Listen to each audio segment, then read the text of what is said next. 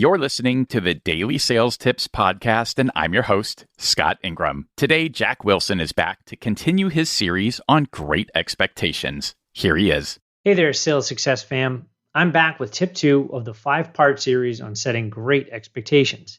In the first tip, we talked about the G, which is being granular. In today's tip, let's discuss how important it is that the expectations you set for your prospects are reasonable. It's important not to mix your R words here. Although it's important for your expectations to be realistic, it's far more important that they're reasonable. And I'm not just parsing words. If something is realistic, that simply means that it is in fact possible and it can happen. But when something is reasonable, it's a more moderate and fair expectation, meaning that it's more likely to happen.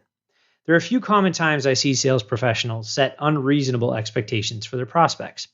One of those times is when setting next steps.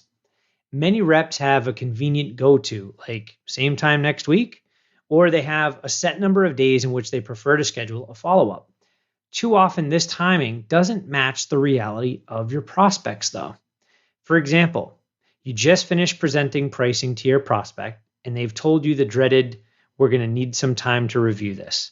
After pushing back and asking some probing questions about what exactly is left to review, you wave the white flag and agree to schedule a follow-up. Is a week enough time, you ask?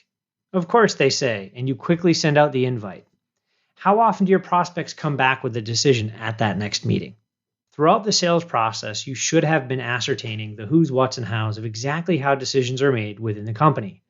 But then all of a sudden, when it came time to ask for the business, you forgot everything they told you. It's likely that they've outlined each of the steps that they take internally, and that by doing some quick math and sprinkling in some common sense, it's obvious that there's no chance that's going to happen in a week. Instead of making assumptions or shooting from the hip, ask better questions so that you can set a more reasonable expectation. Even when your prospect agrees to the time frame, walk through it with them to assess just how reasonable it is. It might sound something like this. So it sounds like we all agree that a follow-up next week will work. What do we each need to do between now and then in order to make sure we'll both be ready to move forward at that meeting? If judging by their answer, it sounds like a week is going to cut it close, then do the right thing and propose something more reasonable. It sounds like there's quite a bit to do. Would it make more sense for our follow-up to be longer than a week?